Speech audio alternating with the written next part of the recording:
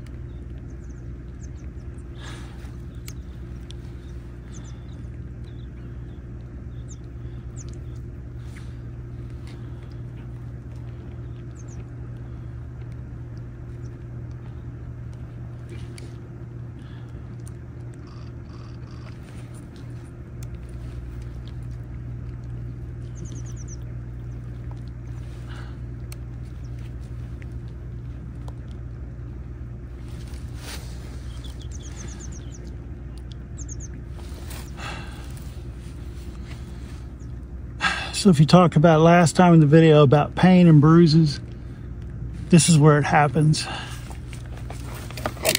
Because this is a minefield of this stuff, and the rough part is these sandpipers are being more difficult today. So they are not bunched up like they usually are. They're just 1s and 2s that I'm seeing right here, but this is a minefield of rocks. Let me get a better view of it.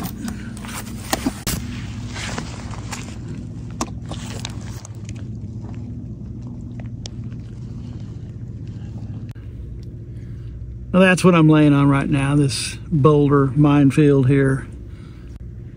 Yeah, sandpipers, I love them. They are fun. They're so fun to watch. They're so fast, they're so quick, they're so bobby. You kind of have to have your shutter speed up in that. Our bird flew by. You got to have in that 25, 3,500 range to really capture them real well, real quick, because their heads are always moving. They're moving. And in flight, man, 3,500 to 5,000 for sure in flight to really get crisp stops. But yeah, let me go maneuver and see what else I can find. Fun, fun, fun.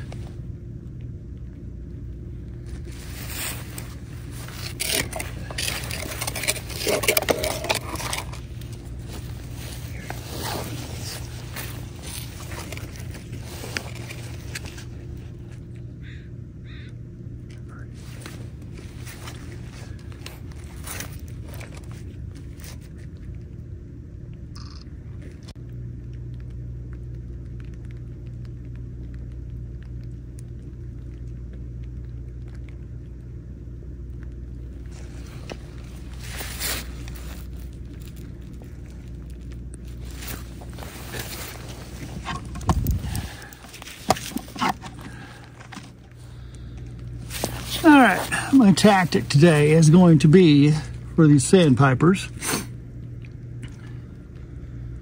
find a good spot, sit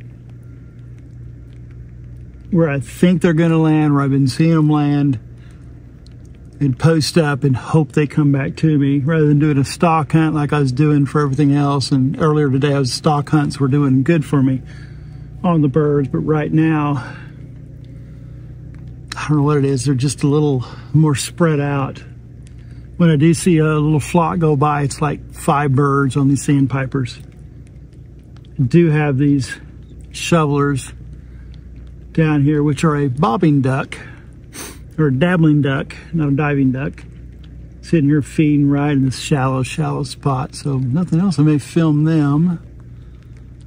I think I see a whimbrel down from me, but it's too far away. And they're really skittish today. So yeah, I'll try the post up and let them come to me thing for a bit. If that doesn't work, then we're gonna have to get up and start some hunting and search some different areas of this beach. Yeah, so there we go. Talk to you in a bit.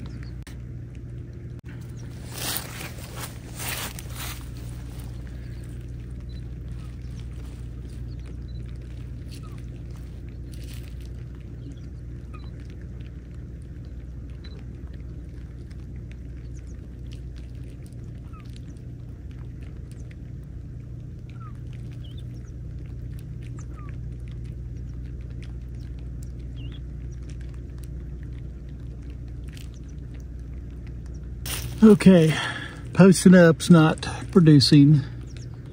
Little shorebirds fly by, flitter by, but they're not.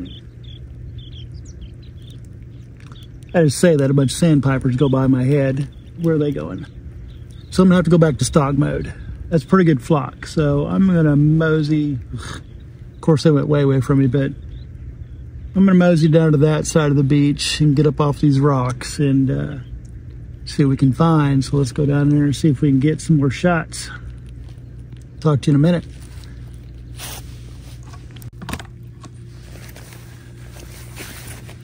I found me a pretty good spot now.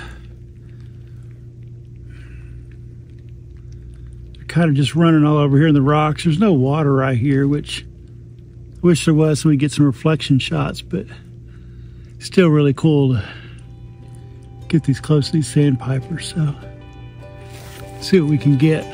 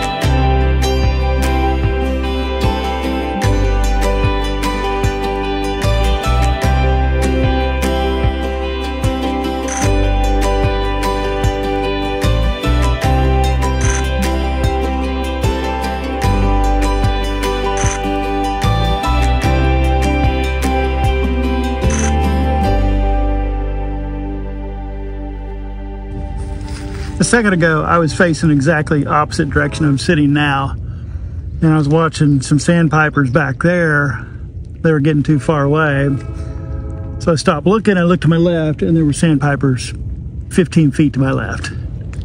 So I kept spinning with them, and they're still just right over there, but now they're coming behind some rocks. But I'm gonna have to move because this was dry a minute ago, and now I've got water literally right here under my body, so I gotta move because the tide's coming in.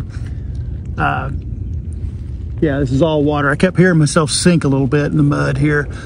So I'm gonna move, but that was pretty cool to get those guys. And a couple Savannah sparrows are down here working the ground too. So I got a couple pictures and video of them too. And then that other bird, I can't remember what the name of it is, but I'll probably post it right up here, what the name of it was, some video of it.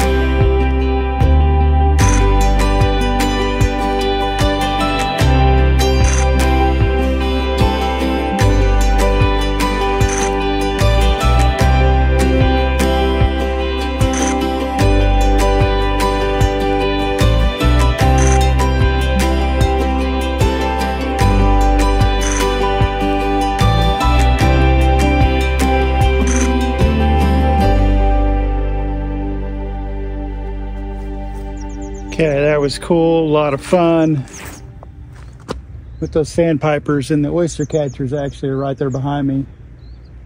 But the tide's coming in too quick and keep getting chased out of my spots. I was actually laying in water there in that last bit. But just I don't know if you can hear them, but they're everywhere. Sparrows chirping, savannas, oyster catchers chirping, sandpipers. Hear an eagle out there every once in a while barking. Just incredible. Yeah, that's a lot of fun chasing sandpipers. I will be out here again, so expect some more videos, probably with the other cameras. This one was all about the R8 and how well it performed, and this thing, fantastic out here. I don't have any complaints about this camera. I have shot almost all day, and I'm only at half battery, so I've only burnt through one of these batteries. So it's doing really good, the battery, especially pushing this big lens here. So I'm pleased with this camera, surprisingly well. Now again, you've got to fill the frame. You can't, if you're shooting stuff at distance, that's what it's going to be. It's going to be at distance, so you're not going to be able to crop in very much of it at all. I mean, crop in a little bit, but not much, but mainly because you're just going to lose detail. But yeah, I'm happy with this camera. It's very good. And again, it's going to sit in my studio more. It's going to sit in the field, but I definitely wanted to take it out here in the field, and I'll probably do some more videos. I'll do some birds in flight videos next. Now, word of warning on that, birds in flight, I took the Atomos up to show you the viewfinder. And that's really hard. It's like looking at the back of your screen or trying to photograph a bird in flight with your phone. It's pretty hard to do. But I will attempt it and show you what birds in flight looks like with this R8. But yeah, great camera. I'm loving it. It wasn't a bad purchase, a good purchase. Again, versus the R6 Mark II, battery life's not an issue. If that was your concern with this, if you're using this battery grip, that is. So it's really good. I'm not leaving just yet, but I think I'm done with this video right now, though. Yeah, that's it, guys. Yeah. Whittier sandpipers, cool, loved it. Got a few little bonus birds in there too. And again, as I always say, guys, if you like the channel, you're enjoying the content, like, subscribe, watch the video through. If you want to help me out monetarily to do more of these excursions, buy more gear, review more gear, all those fun things, and think about becoming a member. It's as low as $1 a month to join it. And from time to time, bird just about took my legs out there.